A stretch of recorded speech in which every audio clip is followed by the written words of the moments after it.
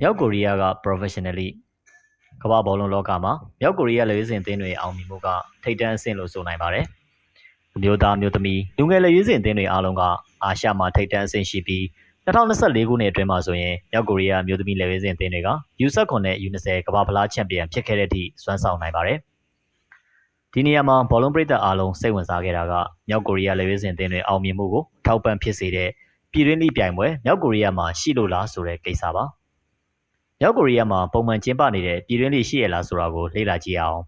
။ရှာဖွေတွေ့ရှိခဲ့တဲ့အချက်အလက်အရတော့မြောက်ကိုရီးယားပြည်တွင်းလေးကိုလိတစ်မှာအသင်းပေါင်း12သင်းနဲ့ကျင်းပနေပြီးလိနှစ်ပြိုင်ပွဲရှိတဲ့အတွက်တန်းတက်တန်းစင်းစနစ်ကိုကျင့်သုံးနေပါတယ်။မြောက်ကိုရီးယားပြည်တွင်းလေးကို1960ကတည်းကစတင်ခဲ့တာဖြစ်ပြီး2019မှာတော့လက်ရှိကျင်းပနေတဲ့ပြိုင်ပွဲပုံစံကိုပြောင်းလဲခဲ့ပါတယ်။အမှတ်ပေးစနစ်နဲ့အိမ်ကွင်းအဝေးကွင်းနှစ်ကြော့ကစားရပြီးကလပ်အသင်းတိုင်းအိမ်ကွင်းရှိပါတယ်။ကွင်းကျယ်ဝန်းတွေကတော့ပရိသတ်9000ဆန့်ကွင်းကနေပရိသတ်3000ကျော်ဝင်ဆက်တဲ့ကွင်းထိရှိပါတယ်။ပြည်တွင်းဖလားပြိုင်ပွဲ6ခုထိရှိပြီးပုံမှန်ဖေဖော်ဝါရီလကနေနောက်နှစ်နိုဝင်ဘာလောက်ထိဘောလုံးပွဲတွေမပြတ်တမ်းကျင်းပတတ်ပါတယ်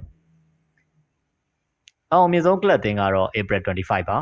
။မြောက်ကိုရီးယားပြည်သူ့တပ်မတော်ဝန်ကြီးဌာနပိုင်အသင်းဖြစ်ပြီး1948ခုနှစ်တည်းကတည်ထောင်ထားတာဆိုတော့တက်တန်းအပြင်88နှစ်ထိရှိနေပါပြီ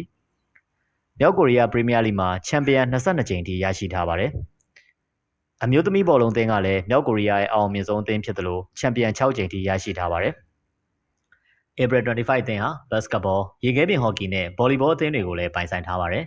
။မြောက်ကိုရီးယားပရီးမီးယားလိကကလပ်အသင်းအများစုကအားကောင်းပြီးအသင်းတိုင်းမှာအကယ်ဒမီရှိတာကြောင့်လူငယ်ကစားသမားတွေလည်းမွေးထုတ်ပေးနိုင်ပါတယ်။ဒါကြောင့်လည်းမြောက်ကိုရီးယားလက်ရွေးစင်ဘောလုံးအသင်းနိုင်ငံတကာမှာအောင်မြင်မှုတွေရရှိနေတာလို့ထင်မြင်ယူဆမိပါတယ်။